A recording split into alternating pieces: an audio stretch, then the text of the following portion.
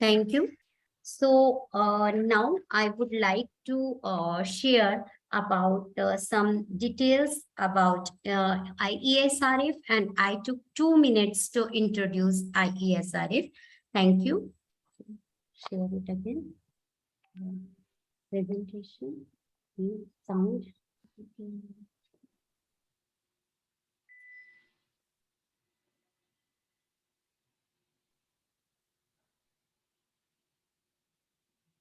Sorry, there is some internet glitches. So, she, yeah. Okay, कोई बात नहीं, आप बोल के सुनिए. So we would like to introduce IESRF is associated with various scientists, medical professional, research scholars, and students dedicated to the research and development of medical health and pharmaceutical, nursing, dental, and physiotherapy. So IESRF is a consortia of more than 5,500 researchers and 41 associated national and international institutions. Next. Yeah. So we are supporting the ideas of researchers and number of activities. Please go through www.iesrf.org. So under the leadership and guidance of Dr. President Dr. S.S. Jha, the President ISRF, with a great executive committee, we are trying to support the researchers with the different in work like research writing, scientific writing, medical writing, clinical research, faculty development programs, and various related research publication guidelines and publication ethics programs. So we continue. Yes, and this is the, let's have a tour for the events gallery by IESRF till time.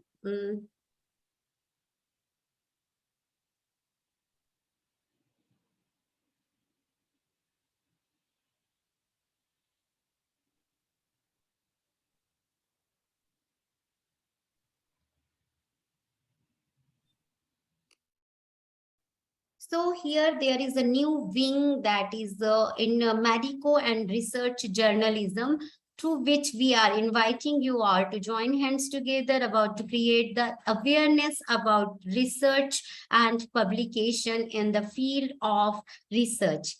Thank you all. And now I would like to request the Dr. S.S. Jha sir for the presidential message. Thank you, sir.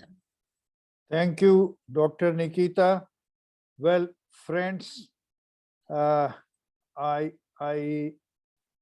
am thinking of whom to address, because we have a large gathering of dignitaries, but still I will like to start with the chairperson, Dr. Yoga Ranjan, and speakers of the evening, Dr. Hanna Ranji, and the expert, Dr. Lalit Gupta, and none else, our moderator, Dr. Chetna Devghare. Well, Amina Sultan, the organizing secretary, Sabita Yogaraj, the convener, and all the other members of the organizing committee. And especially I would like to mention Dr. J.A. Jailal, who is the immediate past president of IMA and who has joined our cadre.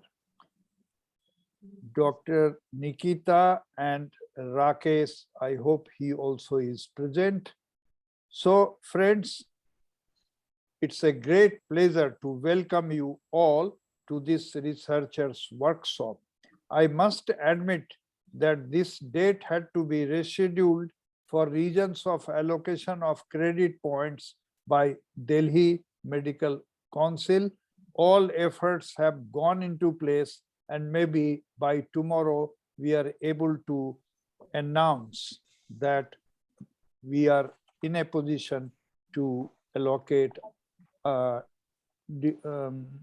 allocate credit points. So We must in advance thank the Delhi Medical Council for awarding these credit points. Friends, all of us are aware that during the last 3 years, we are steadily progressing, and from time to time, we have been hosting various researchers workshops, and to the next half, for this next half of this year, we have just begun today, and this is a peer reviewer workshop. Now it will be followed by authors training on 14th and 15th October, and finally editors training on 11th and 12th November. Finally culminating in a workshop on improving the quality of manuscript and citation, followed by panel discussion on decoding editors and reviewers' ideals. So my best wishes to the whole organizing team. Friends, in one sentence, I would like to say, we are practically illiterate if we do not know all the nuances of this subject, and the subject of this evening is publication, research publication. So we are trying to be literate ourselves in peer review this evening, and would like the attendees to be literate in this direction. It has very aptly been said that literacy is a confident step in the journey which is called knowledge. I very sincerely pray for a very successful workshop during the coming 3 months, including today and tomorrow. My best wishes to the whole organizing team. Thank you. Thank you very much. All the best. Thank you, sir. So thanks for your kind words and guidance.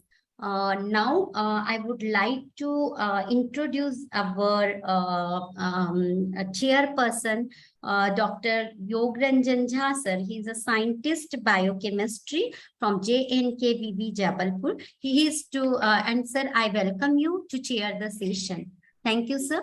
Now, I would like to introduce our first speaker of this evening, Dr. Hanna Ranji. Dr. Ranji completed her studies at the Christian College, Ludhiana, where she has where with the leadership skills, she was a vice president of a student council. She is the ophthalmologist passed out by one of the oldest, that is 200 years old regional institute, Rickmore, Chennai, where she managed to did numerous conferences and developed an interest in the medical retina and community outreach work. Presently, she is serving as a professor of ophthalmology, Institute of Medical Science, Pondicherry. She is a founding editor of PIMSCO, and associated with as an editor and reviewer in many journals, many publications in national and international journals in her credit. Over to you, Dr. Ranji ma'am. Thank you for Thank you so much for that kind introduction. I would like to thank IESRF for organizing this wonderful conference. When I began to review articles, we had no such facilities.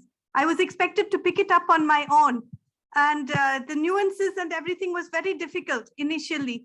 So it's really great that there are such facilities for reviewers nowadays. And it's not just for new reviewers, it's also for experienced reviewers as well as the novices. So I thank IESRF, especially Dr. Jha, Dr. Nikita ji, Mr. Rakesh, and the whole organizing team for giving me this opportunity. I'm Dr. Hanna. I'm a professor of ophthalmology at the Pondicherry Institute of Medical Sciences, here to help you unlock the process of peer review. So what is peer review? It is the evaluation of scientific articles by experts in that field before publication. It validates academic work. It improves the quality of pre-published research, and it prevents the dissemination of uncertain results, incorrect conclusions, or interpretations. Very interestingly, the basis of peer review is trust and willingness. Trust. The public trusts that the articles published are in line with the highest standards of medicine, and the experts trust that the article's conclusions are valid and reliable. So you should agree to review an article only if you have the necessary expertise. Provide an accurate and fair view of your expertise.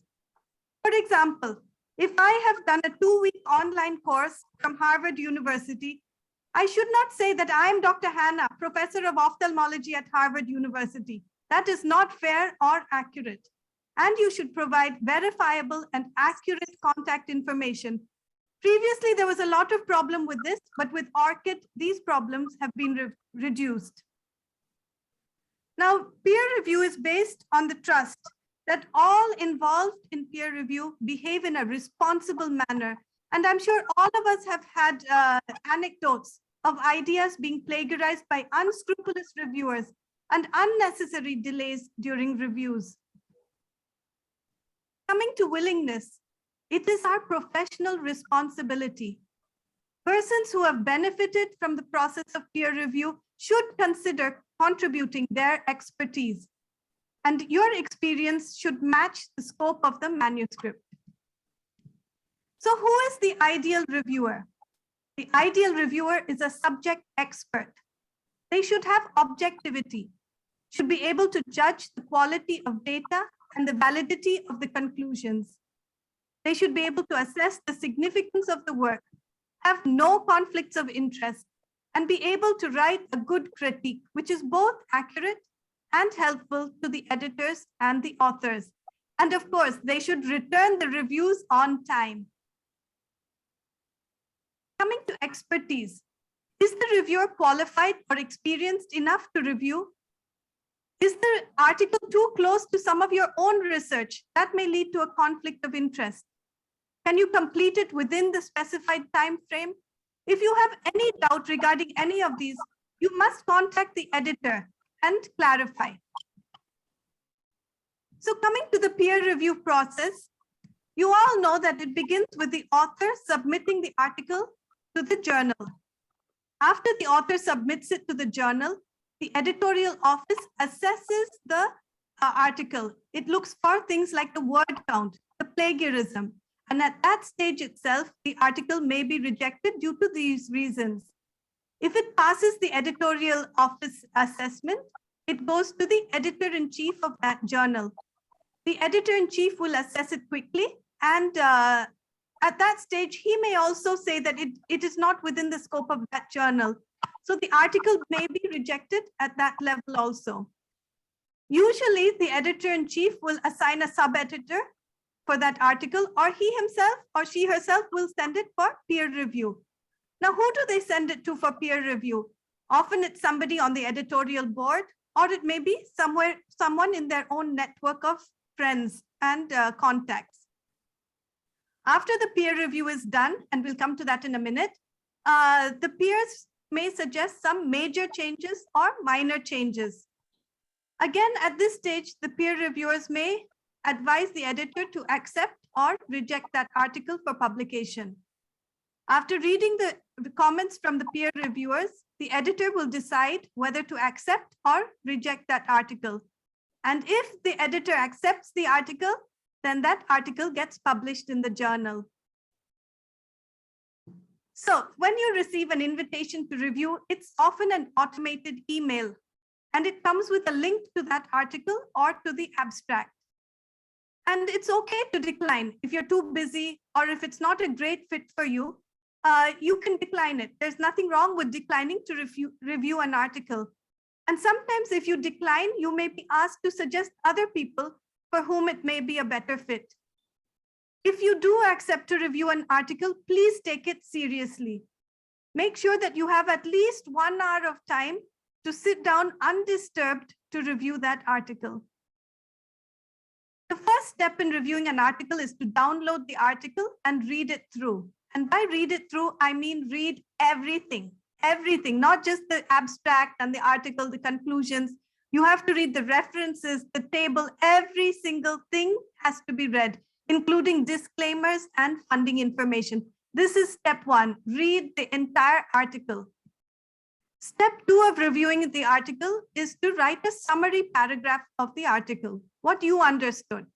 This is evidence that you have read and understood the main points of this article, and it lays the foundation for the rest of your review. Step three is to provide constructive criticism, something which doesn't come by nature to most of us, because as postgraduate teachers, we're so used to giving destructive criticism and being very humiliating and using a difficult tone of voice. But here we're dealing with our peers, people who are on par with us, equal to us. So we should give constructive criticism. Each journal has its own format for peer reviews to follow. So follow that journal's instruction for writing the review. Try to remain objective and professional. Be fair and honest, and use constructive language. Provide evidence with appropriate references. A good peer review is clear, it's consistent, and it's constructive. There is no space for ambiguity, no space for doubts in the heads of either the editors or the authors. It has to be clear, consistent, and constructive. Coming to the structure of a review, this is just to show how your review should be structured. The first paragraph is your summary of the article. After that is your decision, whether it should be accepted or whether it should be rejected. Then any major issues which you found with the article, and of course, some of the minor issues. So this is how the typical review looks. Things to be avoided: vague comments, hostile or derogative comments, personal remarks, and unfounded accusations must be avoided. Poorly written manuscript is a comment which 50% of researchers have received, including me. It's very, very discouraging. Poorly written manuscript doesn't help in any way. What was poor about the manuscript? Was it the study design? Was it the grammar? Nobody knows. This is not a constructive comment. So try to give constructive comments which will help the authors to improve on that article. And if I could sum up all that I've said about reviewing an article, it's be an encourager. This is not always easy. And sometimes I brainwash myself when I'm sent a substandard article to review. Then I think, suppose my favorite PG had brought this to me and said, ma'am, I want to publish this. I would definitely go about it with the mindset, where are the positive points? What can I pick up which is good in this article? I would change the perspective. I would do my best to make sure that that article is fit to be published in a good journal. So be an encourager. Now, ad hoc reviewing, that is reviewing articles for various journals without being on the editorial board. Ad hoc reviewing is often the stepping stone to being on an editorial board. So do your very best. Now, if you do a good job with your ad hoc reviewing, the editor will be impressed. Your career will advance. The journal will do well. Authors will be happy with your constructive criticism. So it's a win-win all around. So please try to do your best for reviewing. It's a serious job. It has to be taken seriously. I just thought I'd add a little bit on what's new, because I know there are many seasoned reviewers here. One of the things I came across is pre-submission peer review. This is a facility which is available before sending your manuscript for submission. It makes your manuscript ready for submission to the journal. They do the plagiarism check, they do the word count check, they edit the grammar for you. And there's something very interesting called a rejection shield. So after going through this pre-submission peer review, if you get rejected, they will help you send it to another journal and somehow ensure that you get that article published. And one of the paid services is Enago. Of course, nothing will be complete without the mention of artificial intelligence. And now there is an artificial intelligence powered review assistant. This is a tool for peer review, and it helps deliver high quality reviews in less time. One of the commonly used ones is Rackster. I'm sure we'll be hearing a lot more about this AI-powered review assistance. Coming to online peer review, this works parallel with the external peer review, which we're all familiar with. Here, manuscripts are posted on an open website, and the reviewers have to identify themselves, and they can review that article online. And it was very interesting to see that Nature, one of the best journals in the world, is actually using this online peer review system. PLOS One journal, this is a mix of pre and post-publication reviews. The pre-publication review is done by the editorial board, and the post-publication review is done by the readers. And how the readers do it is they put comments, annotations, ratings, and it's very, very similar to Amazon, where there's a product which gets comments and ratings. So similarly, nowadays for articles, we have this PLOS One journal where you can give these ratings. Elsevier also has this Peerful. Now, most of the peer review still goes through the old technology where you get the email, then you go to the website, you download the article, and it's an old technology that we're using. And Elsevier thought that it's time for us to change. So they came out with this Peerful, which bypasses that and makes it very, very easy for the reviewers to review articles online. And this is probably also the future of peer reviewing. Please have a look at Peerful, very, very interesting. This is one of the books which I came across. It's available on Amazon for about 5,000 rupees. It's Peer Review and Manuscript Management in Scientific Journals, Guidelines for Good Practice. It's written by Irene Hames, and it goes through every detail about peer review and it just gives such a clear and good way to do peer review with so many examples and such clear guidelines for how to do a good peer review. So Irene Hames' book, highly recommended. So my conclusion is the reviewer should always work to provide reviews that meet the highest standards of ethics as well as the high standards of science. Thank you. Thank you, Dr. Hannah, ma'am. Now I request all the participants, panelists, if any question is there for the Dr. Hannah, ma'am. Well, before somebody asks a question, can I make a comment?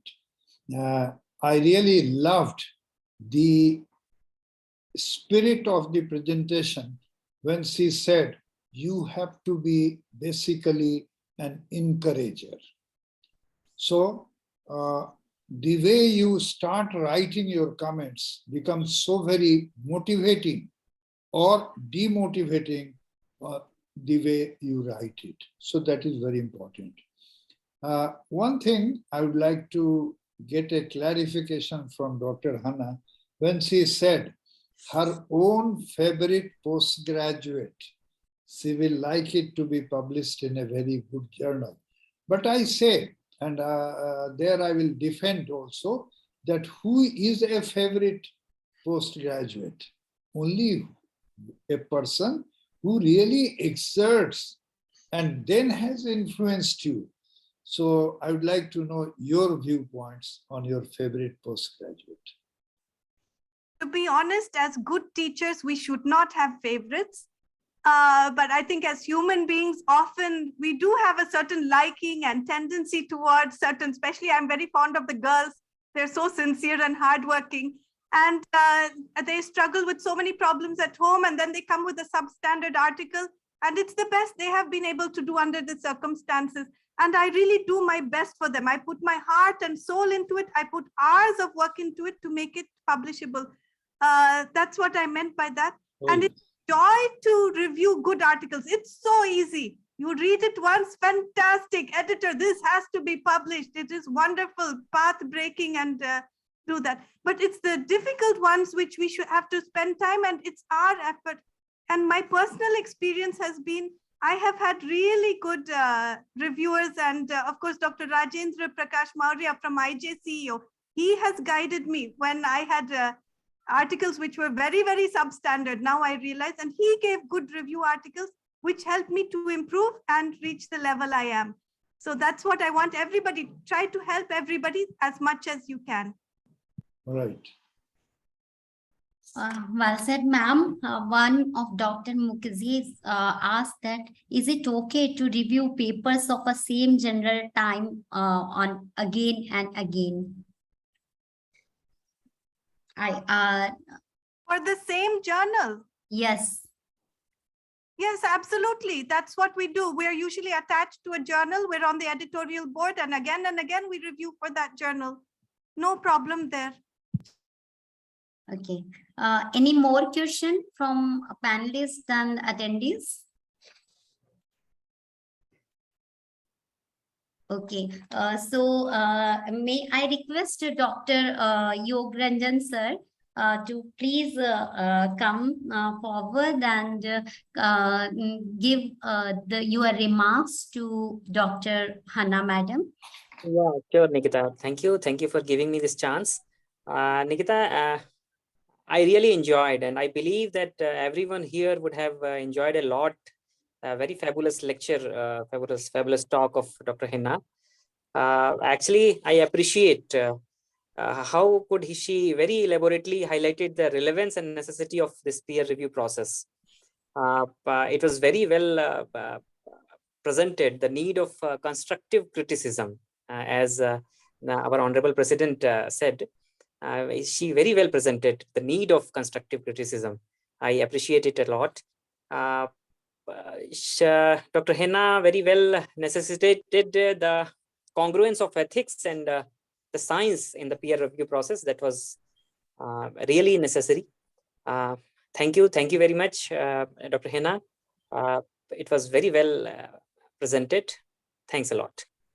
Thank you, sir. Ma'am, there is few question. Can I talk for you, please? Yes, madam. Thank you. One of our participant is asking that why money is not paid to reviewer, because but they are doing the great work. They are good reviewers also. So what is your comment on this? Actually, this is a very highly controversial topic, and I can talk for the whole night both ways, why we should pay the reviewers and why we shouldn't. It's a very, very controversial thing. And there are many people now who are saying that they should be paid. But it's my honest opinion that this is something which we are doing for the advancement of our field of science. And once you start to bring money into it, it becomes a business. It will be the downfall of medical publishing as we know it. Okay, ma'am, thank you. Anyone of our panelists want to give a light on this, or anyone of I think this question should be answered in the end when Dr. Lalit has covered, because okay, sir. I'm very sure he's going to talk about it in one way or the other. Okay. So thank you. You have second question also. Yes, sir. It is a bigger one, that what should be done when we like a paper that comes to review some other subject than our expertise, but it really well written and up to the date. Madam, I think the rules are extremely clear on that. It has to be done by that subject experts. It cannot be done by somebody who's not an expert in that field for various reasons, which again, I think Dr. Lalit is going to talk about. So it has to be done by the experts. It isn't, otherwise peer review will be done by lay people. Anybody can read any article which is written and say this is excellent article, but the scientific information may be inaccurate and may even harm people. So it has to be done by experts, is my opinion. I'm conservative. In fact, I think there is some mistaken identity, because otherwise it should not have gone to a person who is not the expert. Exactly, and there is a number of institution who is preparing the white papers on the guidelines for the reviewers, editors, authors, etc. So to make the integrity in the research, so we must be follow the guidelines, and this is the one of the point that subject specialist all only can able to review the paper of same subject. Thank you. So now I would like to again Dr. request Dr. Chetna, sorry to interrupt. Dr. Chetna is not there, the No, moderator? sir. Sir, I'm playing the role of Dr. Chetna, madam, as a moderator today. Oh, good. Yeah, Good. thank you, sir. So can I request Dr. Jha, sir, Dr. Yog Ranjan Jha, sir, again for giving a plaque of appreciation to Dr. Hanna, ma'am. Yeah, my pleasure, Dr. Nikita. Ma'am, Dr. Professor Hena Ranji, I request you to please accept this certificate. It will uplift all of you. Thank you so much. Thank you.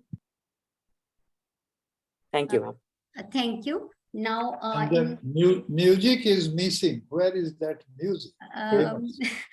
so this time that guy who is the IT guy from who is making this video is not available. So we are sorry to sharing that musical plaque of appreciation. Thank you.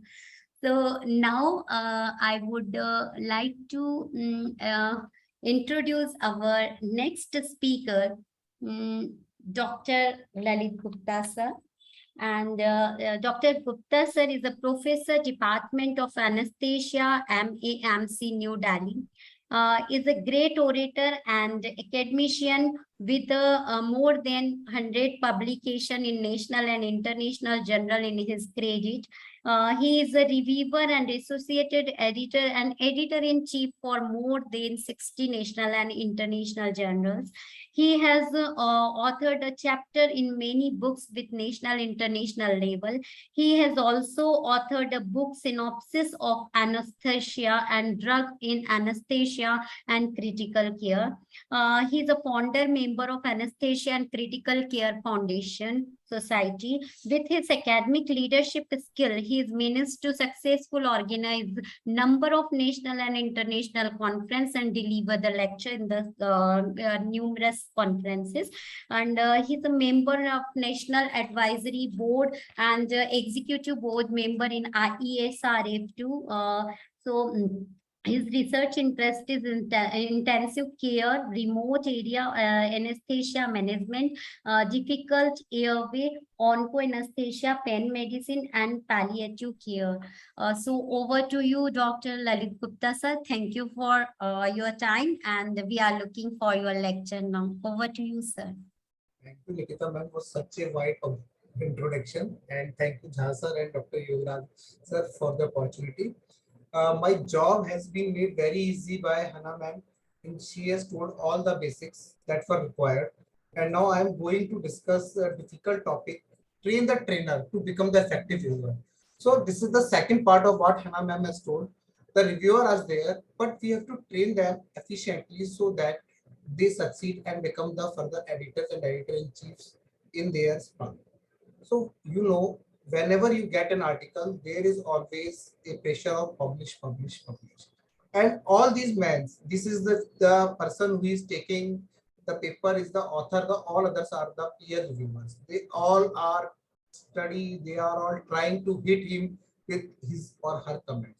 And the best reviewer who gives the best review may help the author to his paper get accepted. So, if I have to explain this peer review process, I will simply say it is the process of subjecting an author's scholarly work, research, or ideas to the scrutiny of others who are expert in the same field. It means the paper is to be assessed by the others who have the expertise in that particular field only. And this is my answer for that question which is asked to Hannah ma'am.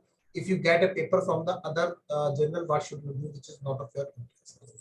Now, coming to the history of peer review, if you just want to know, it was first in the 17th century when it was known as the Inquisition of the Holy Roman and Catholic Church. A scholar's work which was examined for hearsay of hearsay. So the it is not, it is very, very old, the peer review system. It was started in the 1665 and then 1731, but it became most important in the recent century only. You know, despite that early things, it was never accepted that peer review can have a place in publication. Even the Science and the Journal of American Medical Association, one of the largest and the oldest, even did not accept it the outside reviewer till 1940. The Lancet even did not implement the peer review until 1976. And at now, you know, it is the gold standard in evaluation of everything from scholarly publication to the grants to tenure decision. It has been elevated to a principle, a unifying principle for a remarkably fragmented field. Means this is the same thing that binds the publication process as well as their authors with the journals. Now, if you know, there is always a problem with the peer review. You know, there were the things when the papers were not peer reviewed or they get peer reviewed but rejected. So if you remember the famous paper of Abu Salam's Weak and Electromagnetic Interaction 1968, that later on won the Nobel Prize. And Anna Mirabilis, the paper by the Albert Steins, it all were rejected because they were published without any peer review and they were published like without any review, because at that time peer review was in the very initial stage. And sometimes people have fraudulent the papers, they were peer reviewed and they were says it is the best paper in their field by the Bell Slams, and in the 1992 by the Greek Bagno. The paper were later on taken out because they were the fake papers. And you know the famous paper of Krebs cycle, Krebs and Johnson 1937, which was rejected by the peer review, but later on got the Nobel Prize. So it is not as easy as it is think that peer review can be done by anyone and anyone can be a trainer for that. You know, we have a society which wants to publish, the author is from the society, he goes to the publisher, publisher goes to send this to the editor, and the reviewers are on the one side. So it is a whole web which describes the publication process and the reviewer process. Now, if you see what actually the reviewer wants to learn. See, I am quoting the some of the very important quotes. I confess I am a peer review and I don't really know what I am doing. Peer review is just a common part of the job of every career researchers, and yet we receive very little training on how to peer review. This is the comment from one of the peer reviewers who said they are doing it, but they don't know how to do it exactly. Similarly, there was Finol Rashid was an important comment. He said that there should be a system where a PhD student should have reviewed at least 3 papers during their training review. So it shows the importance of this process, and with peer review remaining so central despite many flaws, understanding the motivational to publish and to review another academic work is crucial. Addressing what training is needed is even more important. So every reviewer should know what is needed and how much they should learn to do a best peer review. Coming to the next part, who should participate in such a program? They are the researchers who want to gain experience as peer reviewers and have some experience of publishing as authors, and the experienced peer reviewers who are looking to improve their skills. So these type of programs are basically for them. You know why these are important, because they are the video infographics, point-to-point discussions, online workshops, advice, deep insights from the persons from each field who help them in improving their efficiencies. And the key features of such a program are: you are a peer reviewer, you learn how to prepare a peer review report, which is the most important part, understand the importance and responsibilities, and what are the variations that could be part of your project, and finally the ethics and innovations in peer review. So I am here just to help you with the objective of that by the end of this session, you will understand the mechanics of good peer review, allowing you to independently construct and deliver your reviews more effectively.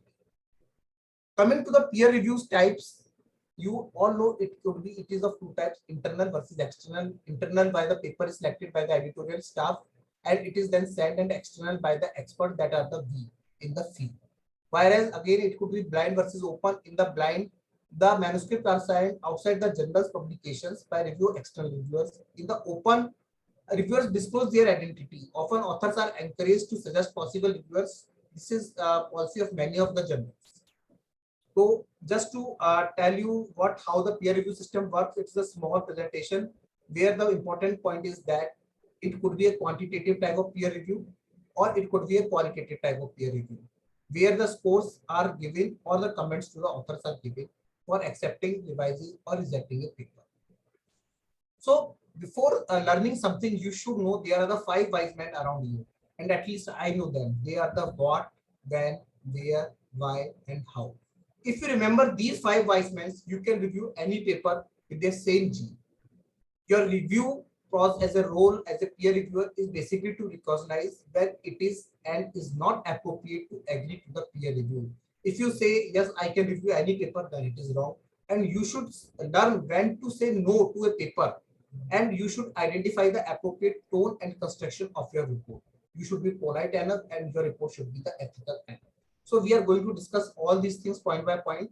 Before that, you should know what is not the responsibility, because everyone knows the responsibility, but what are not the responsibilities of the peer review.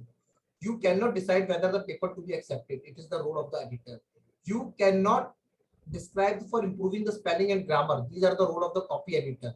You cannot suggest the improvement in the study design. That is itself the domain of the author. And you cannot disseminate the reviewed paper till it is allowed or paper is officially in the print. So these are the few points you should remember while you are preparing your peer review report. Now, again, reviews are of 2 types. They could be quantitative or they can be qualitative. Depends on you which journals are you attached with and what you are looking. I'm giving a brief description of both type of analysis. In the quantitative, the answers are yes and no. There is a set criteria where you are asked about the article, title, methodology, writing procedure, results, conclusion, and references. And finally, you have to suggest yes or no, or you need some changes. While in the quantitative, if you see, these are the grading systems where some comments are sent to the authors. Along with that, the author's manuscript is pointed as accepted with minor revision, major revision, or some major flaws, so it could be rejected. And everything there is a score. While the highest score is for the acceptance 9 to 10. So is there any tool you can think of to assess the quality of peer review? A methodological systemic review was done to validate a tool. And these tools could be regularly used by the editors to evaluate the works of their reviewers, because a best reviewer has the best chance to become an editor somewhere in their life. So they found that the experience is qualitatively different to both face-to-face reviewing as well as pen to watermark, and there is a qualitative differences between the reviews conducted. The analysis that they used was the rubric design. If you know what is the rubric design for a review procedure, I will tell you it's just is that a team is made where every member is given a partial review to do, and scoring is done from 1 to 5 by each or his inmate or by the editor. The scores will be averaged and they are multiplied by the total score of the team. And from there, the best reviewer is selected. And when using the peer review, it is possible to use a combination of rubric, scale, rating criteria, and ungraded comment criteria. So this is how the best reviewers are selected in a particular team. Now, what decides a particular type of review? These are few things you should remember. Quality, fairness, and efficiency are the 3 parts of your review which are going to make an impact. While quality is related to the final result, fairness is the process of fear of acceptance or rejection, and efficiency is how much time you have spent for the review. Coming to that, it's actually a matrix of quality, fairness, and efficiency, where each limb has some effort, the biases, agreement, and robustness. So you should remember while you are reviewing any paper that you are a part of that matrix. You lies at the center, where you have to make a comparison of quality, fairness, and efficiency. While the quality is really important because of the basic stats, the disagreements, the biases, and always remember it is subjective and there are no objective or widely accepted ways to measure it. But the biases can be from the quality metrics, remember. And there is a high disagreement in some way that the judgment of the involved peer is not sufficient to state the value of the contribution itself. And if there is a disagreement on the basis of the quality, if 2 or the 3 reviewers are needed, then it becomes more important as a part of the quality matrix. While fairness, as I told you, it means it does not depend on the particular set of the reviewer. And the most significant biases are the fairness if you are selecting or reviewing, but on the broad basis, this is very important. It's a property we argue a good review process is the fairness. And sometimes it is the bad luck of the author that this manuscript is going to a reviewer who is biased for him or her for some reasons best known to the reviewer. So the potential biases in such cases are the rating bias, where reviewers are biased if they consistently give higher or lower marks than their colleagues who are reviewing the same papers. The affiliation was they are not happy with the authors if they are affiliated with the topic. The reviewer doesn't like the topic, the country, even it is like the low MICs, low medical incomes, and the some African countries. The papers are usually rejected, while for the European countries, sometimes they are accepted on because of the country bias and sometimes the gender bias. Although this is the very rare type of bias, but it still exists where some papers of males are preferred over the female papers, and it should not be there in your reviewer report. So if you see, there is a paper where it has been discussed what types of errors are made during review of paper. There is a randomness, disagreement, the higher or the lower marks between the reviewers offers for the same papers that decides the fate of a paper, and unbiasing procedure which have the significant effect on the final result. So if you going to score them, you just remember that there's a structured quality tool, unstructured quality tool, which depends on the sum of the scores, the mean of the scores, the single scores, as well as the summary scores, which decides what score is given by you to a particular author and what is could be the difference between your scores as well as of the other reviewers. Whenever you give a score, you always think if it is the best, it is the exceptional type. It's a very good, okay, give it the 4, good, below average. So these are the various scoring systems which are given, and in 2006 by the Landcoren, in 2030 by the Rajesh, who have described them as a poor, acceptable, reliable, and excellent, while in the Friedman 1995, the oldest one for the scoring system as poor, fair, good, and excellent. So the next thing becomes the scoring system that I told you. It is to be accepted if it is more than 9 or 10, minor revision 8 to 9, major 7 to 8, and serious more than less to 5 to 7. Remember, quantitative type of analysis is always better than this qualitative type of analysis. This is why even if you are given a qualitative type of manuscript where you have to submit the review qualitative, you always have some provision with you to give the marks, and you should qualify those marks in paper as per the report of your manuscript. You can write it separate. The paper score is around 8. It can be a minor revision. It can be accepted after that. So if you see this chart, these are the various problems, the characteristic of the reviewer comment that decide what type of reviews that. The strength and weakness of yours, like it is a general statistical, the usefulness, the presentation and organizations, where timeline, how much you have taken, the interpretations, the originality and structures of the reviewer comments, which if you can work on these things, you can write a good review and you could be a good reviewer trainer. If you see, I will have to suggest, apart from working on these timelines, the originality and your comments, please focus on standardization and creation of manuscript review protocols. Every journal has a different protocols. Reviewers in the same field addressed in the manuscript are recognizing peer review as a professional skill, which is rewarded. So money is not the everything. It is the professional skill that is going to improve by reviewing more and more paper. That Dr. Hana just told you in the previous lecture, that it is the professional uplift for which you are doing the peer review. You are not doing it for the money, because once you are professionally sound, everyone will call you and you will have a good image in the society and you will be acknowledged, you will be felicitated. Editor review of reviewer quality with the feedback. So your every review is checked by the editorial board, and they sometimes give a feedback. Blinding of the reviewers is very important, and some basic criteria may be important for a general review. They could may be good reason to allow for diversity of emphasis or some additional criteria. Remember, additional editor may find the narrative detailed review in post submitted by the reviewer to be more valuable than a quantitative scoring. So both quantity is for you, but what the editors need, they need a review with all the details that actually what is deficient in the manuscript. So you should be able to give your report both in the quantitative as well as the qualitative way. This is the most important and most easier part of the review. And whenever you are writing a final review, the review report must be clear, concise, and accurate.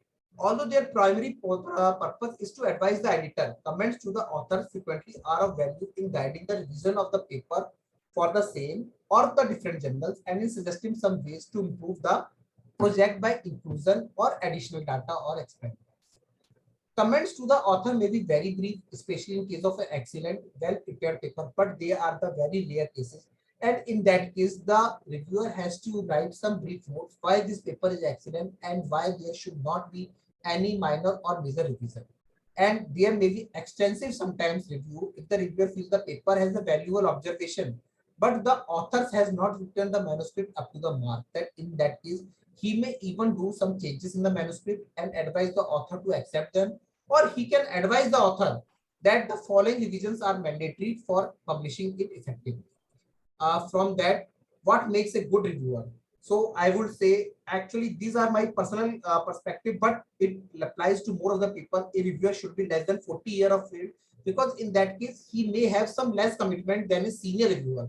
The senior reviewer may be the editor with the journal, he may have the some postgraduate student to teach. So if the younger the reviewer is, the more experience he can get. And he should be from the top academic institution if possible for your manuscript. Otherwise, because they have been told, they have been how to judge a manuscript there, they have been space practices there for presentations in various CMEs or in their many conferences. Well known to the editor choosing the reviewer, it means that the editor must know which reviewer is best in their field, and if he is sending the manuscript, there should not be any bias by that reviewer. Blinded to the identity of the manuscript author is very important, otherwise there can be the biased error. And remember the probability of, if all these are followed, of a good review, it is 7% versus 7%, in which case the things of above are not followed. So I will give the finally tip to the reviewers: be courteous and constructive.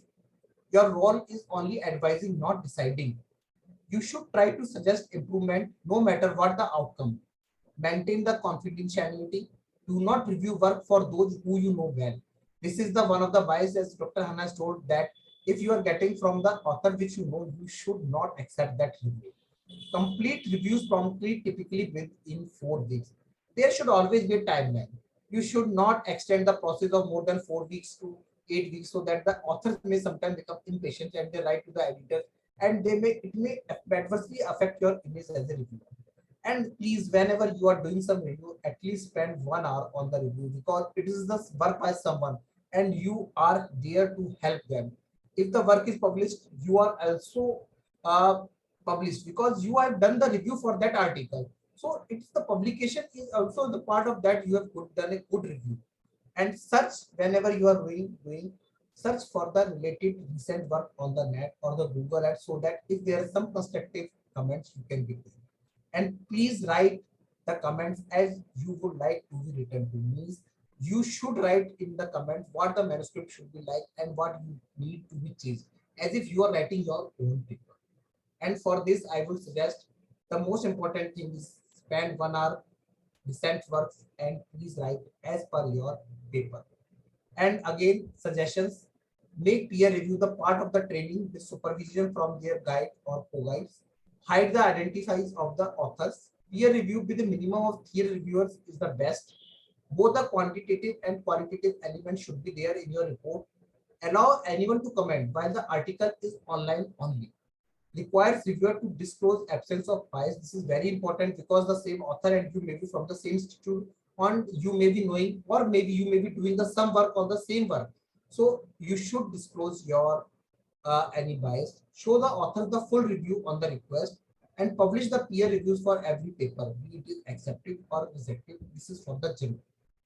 And I would like to say that there are some online reviewer courses like Pavlons, which initially used to do it, and now there are the mentoring course in the peer review by the Web of Science. That is, they are giving the due credits and they are giving the courses where you can treat the paper persons who are doing the peer review, and you can be their mentor. But for this, you have to complete their courses and you have to get the certificates. And finally, if you want to recheck, and you want to improve your reviewer procedure, there are the peer review quick guides, which is available on the net. There, every part is given with the some points from the sample size, the confidentiality, what you should do, to the using the power analysis, distribution, objective, construction. Everything is there. Just go there, compare your work with the guidelines set for a particular review, and you will find that review is not difficult and you can be a good reviewer with time. So with this, I will thank you and you go multiply the knowledge that I have shared with you. And if any questions, please let me know. Thank you very much. Thank you, Dr. Gupta, sir. It is very clear and crisp presentation you did is. So there is the number of questions for you. So what is the score criteria for paper to be accepted by Dr. Dalia? So, as I told you, every journal has their fixed set of criteria from where the marks are given 0 to 10. Usually, paper with the more than 7 points are selected as such without any improvement, while 5 to 7 or 6 to 7, there are the minor, and less than 5, they have the major changes, and less than that are rejected. So, every journal has their set of criteria which is sent to the reviewer along with the manuscript.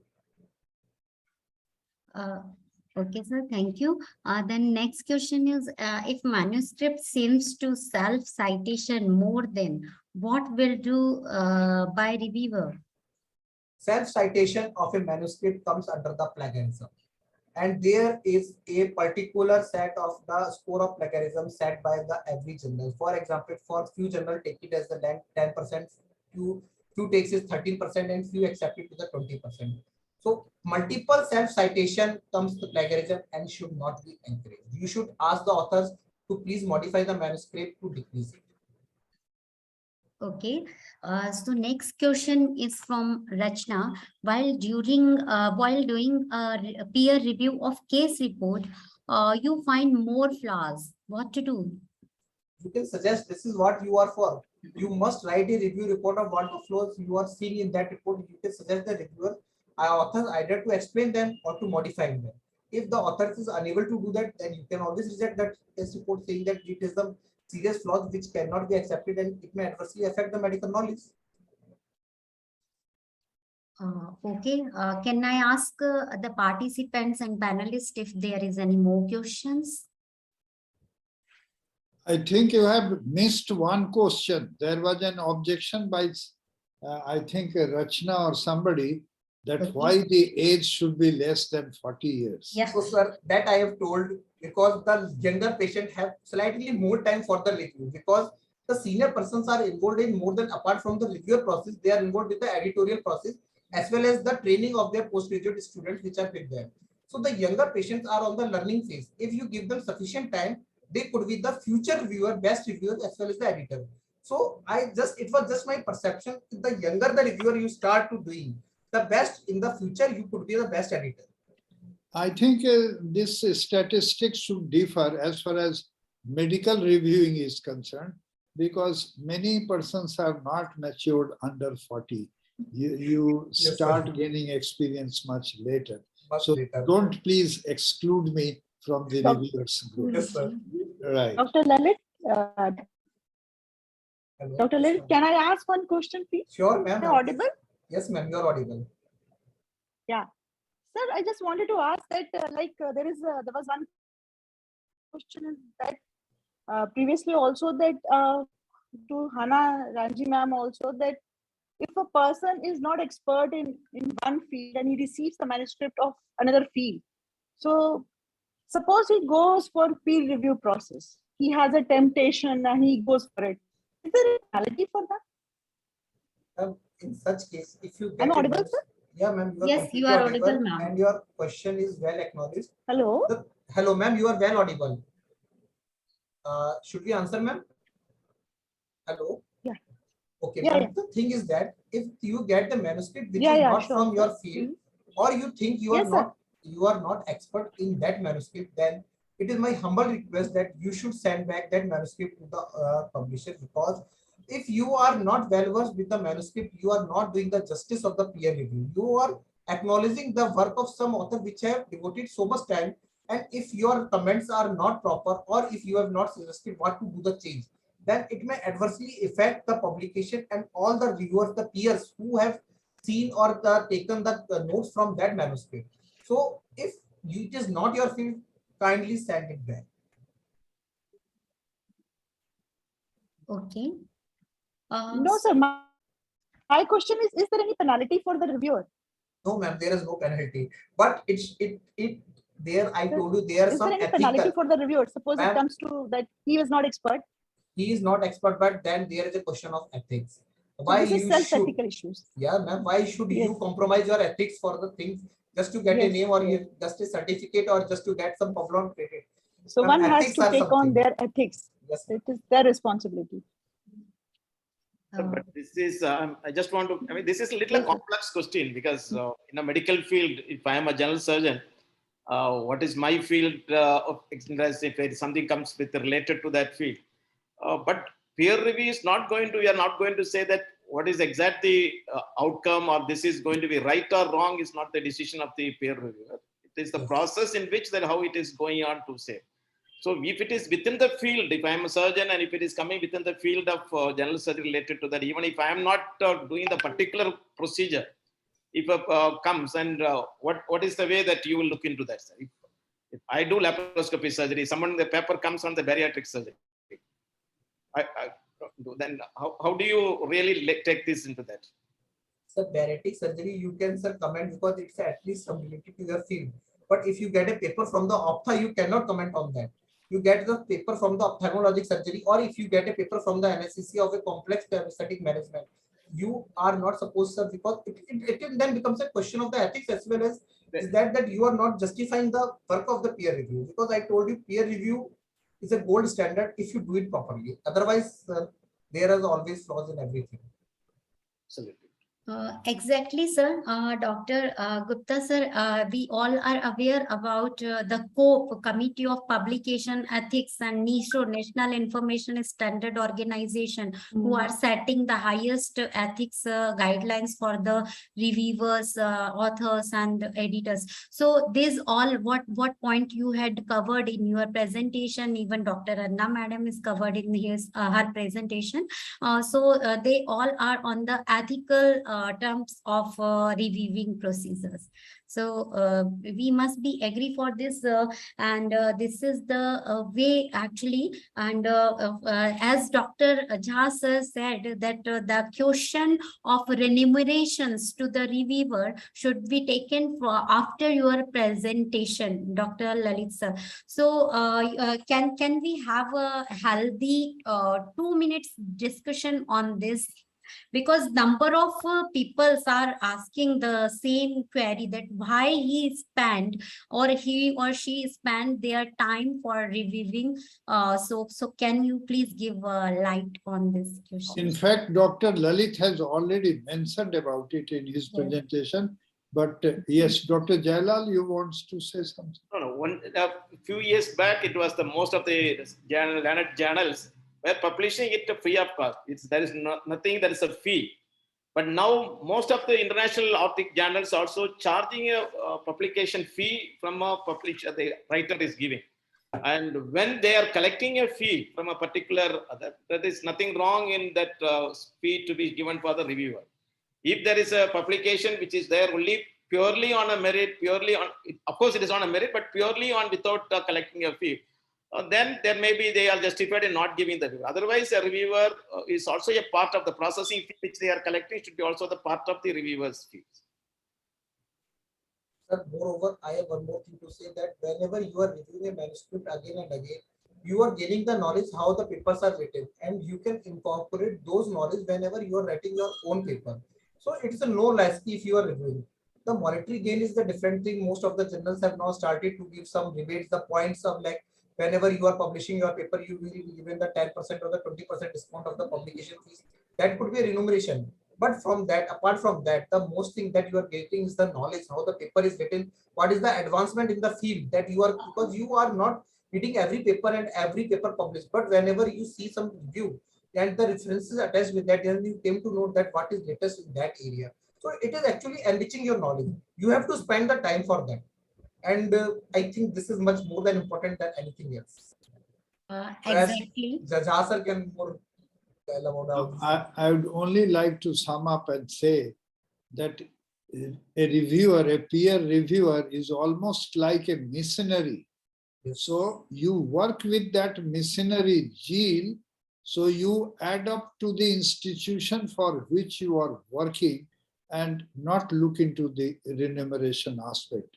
But at the same time, Dr. Jailal has very clearly said, if they are collecting money from all the authors, they can give some remuneration to the Exactly. peer reviewer also. Uh, So Dr. Hana very nicely said, we can talk for it and also against it. Yes, And get another it will be a proposal. lengthy discussion. Exactly, and I guess there is some ethical, I mean, aspect also should be mentioned here, because the COPE and other institutions are not in a favor of these procedures. So, as Dr. Lalit sir said, that remuneration in a form of discounts or in a form of support, definitely they deserve, the peer reviewer deserve, because they are spending their time and getting enhancement of the knowledge also. So this all point is actually, it is never ending debate. We discuss with number of editors and reviewers about this thing, and we find that there is a different perspectives of the publisher, publication procedures involvement and the editorial procedure involvement on this. So now I would like to request Dr. Ranjan Jha sir for giving his remark on Dr. Lalit Gupta's presentation. Thank you, Dr. Nikita. And Dr. Lalit, please accept my heartiest thanks for your wonderful presentation. Exactly the way you started on how to train a trainer, and the way you ended with with a slide, what makes a good reviewer, that was really wonderful. Thank you, sir. No doubt your talk brought a new and smart insights on the entire peer review process. Your talk drew the audience and participants, researchers, especially researchers, and held their attention for the entire talk. Thank you very much. I'm sure that the active and enthusiastic researchers here must put all of your inputs into their practice. I wished I will have many more opportunities to be with you, with Professor Hena. I'm very thankful to Honorable President Dr. Jha Sahab, my colleague Dr. Nikita, for inviting me and getting privileged from you all. Thank you very much, Dr. Lalit. Thank you, so Thank much, you, sir. Sir, can I request you again to present a plaque of appreciation to Dr. Lalit? It's not only a pleasure, but also an honor and privilege to be here as a chairperson. And I would request Dr. Lalit to accept this certificate, please. Thank you so much, sir. Thank you. And now I would like to request Dr.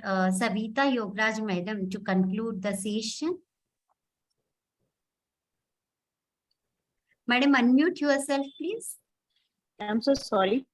Good evening, all. And as usual, this is the first day of our ever-going sessions of our monthly sessions. Will be going for 2 days. And as we started with the reviewers analysis by Dr. Hana Ranji ma'am and Lalit sir, and I think everybody has been wise with the commentaries from Jha sir and Yogaranjan sir also.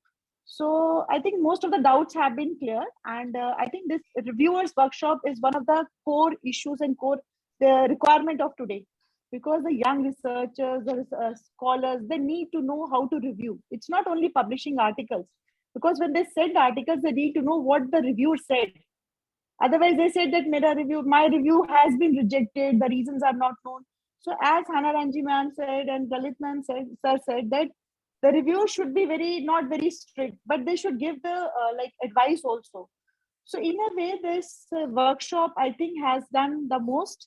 And with permission of Jha sir, should we conclude, sir? You need any, sir, your goodbye, Shairi sir, we need for the encouragement, sir? Right. Thank you very much. Well, in my address, I did mention that it is the journey of literacy in this particular field which will add up to our knowledge. So to all those who are here to come to this field where we have gained knowledge, I will like to recite a couplet, which I just could do it yesterday night. So, न तो आप अपने जद से बाहर आई, न तो आप अपने जद से बाहर आई, न मैं अपने जिद से अंदर आया। न तो आप अपने जद से बाहर आई, न मैं अपने जिद से अंदर आया, ये तो मेरा मुकद्दर था कि पैगाम आखिरकार आप तक पहुंच पाया। Thank you. Wow, sir. Wow, really. Sir. So now, wonderful session, I think, moderated by Nikita ma'am wonderfully with expert comments from Jalal sir and Jha sir and wonderful speakers, Hana Ranji ma'am and Lalit sir. So thanks to all the participants. It has been a wonderful session and we need your presence tomorrow also, because tomorrow also we'll be having more and more presentations, wonderful speakers and chairpersons like Yogaranjan sir, and wonderful. And I think everybody will be benefited with this. Thank you so much, everybody, and we'll be waiting for you tomorrow. Thank you. Thank you all. Thank Good you, evening. Dr. Savita ma'am, and thank you everyone who joined the program today. This is the announcement for tomorrow. Tomorrow, we in a continuation of peer reviewers training, Dr. Asim Gupta is going to present on plagiarism, reality or myth, and then Dr. Uma Hariharan madam is again presenting on the similar topic. So thank you all and have a great day ahead. I have one query also. The participants can also prepare the topic and see through the topic, and they can be well versed and well Yeah. prepared with the question and answers, their doubts and all. That will be clear tomorrow only. And we can have our speakers back also. Today's speaker can also solve the query. And I think recording will be available, ma'am. Yes, It will be recording will available. be available on the IESRF YouTube channel and also on the IESRF Facebook live streaming. So you can go through those for recording.